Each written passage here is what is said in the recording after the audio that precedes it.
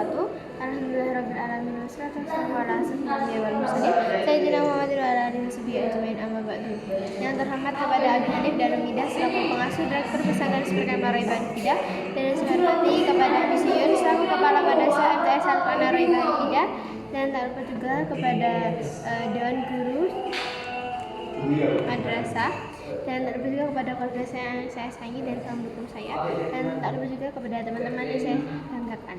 Perkenalkan, nama saya Niswati Janati, saya kelas 8 dari MTS Al-Quran Ar-Raibani Hidayah.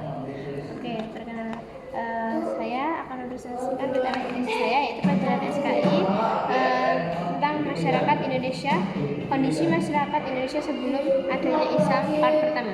Jadi sebelum kita memulai presentasi, saya mempunyai pantun. Jadi gini, pagi-pagi habis operasi, jangan lupa kita presentasi. Oke, kita mulai. Nah, yang pertama itu adalah kondisi sosial budaya. Kondisi sosial budaya itu adalah penduduk Indonesia terdiri dari berbagai suku ya, karena Indonesia itu banyak banget sukunya. Dan yang kedua itu juga ada kondisi agama atau kepercayaan yang ada di Indonesia. Itu yang pertama itu ada Buddha ya. Buddha itu lahir di India yang kurang lebihnya pada tahun 500. Dan kitab suci orang Buddha itu ini ya, Tripitaka. Kalau agama Hindu itu lahir di India juga pada tahun 1500. Jadi kitab suci agama Hindu itu adalah Weda. Dan Kapitaya adalah sebuah kepercayaan yang memuja Sang Yang Taya ya. Dan yang keempat itu ada kondisi perekonomian Indonesia, yang yaitu ada kondisi perekonomian ya. Kondisi perekonomian Indonesia itu terletak di daerah tropis, dan Indonesia komoditas pertanian dan perkebunan itu sebagian besar dapat tumbuh di Indonesia. Dan Indonesia itu penghasil utama dari berbagai produk pertanian tropis. Yang kelima itu ada kondisi sosial politik. Kondisi sosial politik itu memasuki abad ke-13, yaitu Sriwijaya yang menunjukkan tanda-tanda kemunduran.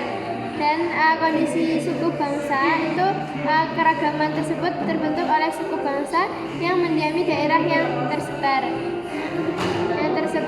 dari Sabang sampai Merauke. Jadi Indonesia itu kondisi suku bangsanya itu tersebar dari Sabang hingga Merauke.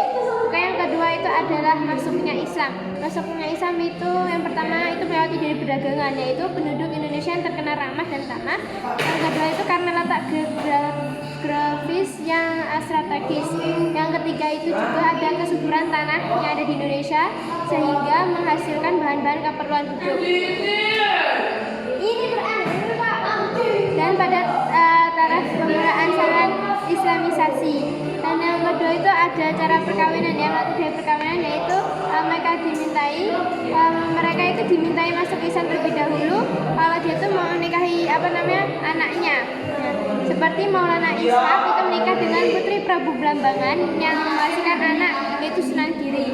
Dan Syarif Abdullah itu menikahi putri Prabu Siliwangi atau yang disebut Rara Santang. Itu dia itu mempunyai anak dari perkawinan tersebut yaitu Sunan Gunung Jati.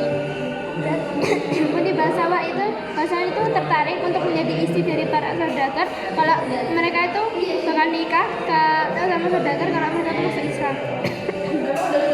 Yang ketiga itu juga ada pendidikan, itu pembelajaran halaqah merupakan cikal bakal pendidikan pesantren, kemudian hari yang berkembang menjadi pondok atau pesantren. Dan seni yang keempat itu ada seni budaya pertunjukan wayang, yaitu yang dimainkan oleh Sunan Kalijaga yang lahir dalam memainkan wayang. Jadi Sunan Kalijaga itu memainkan wayang sambil mengajak para penonton untuk mengucapkan syahadat. Dan yang kelima itu ada tasawuf, yaitu ajaran atau cara sebagiannya untuk mengenal, mendekatkan diri kepada Allah Subhanahu wa Ta'ala.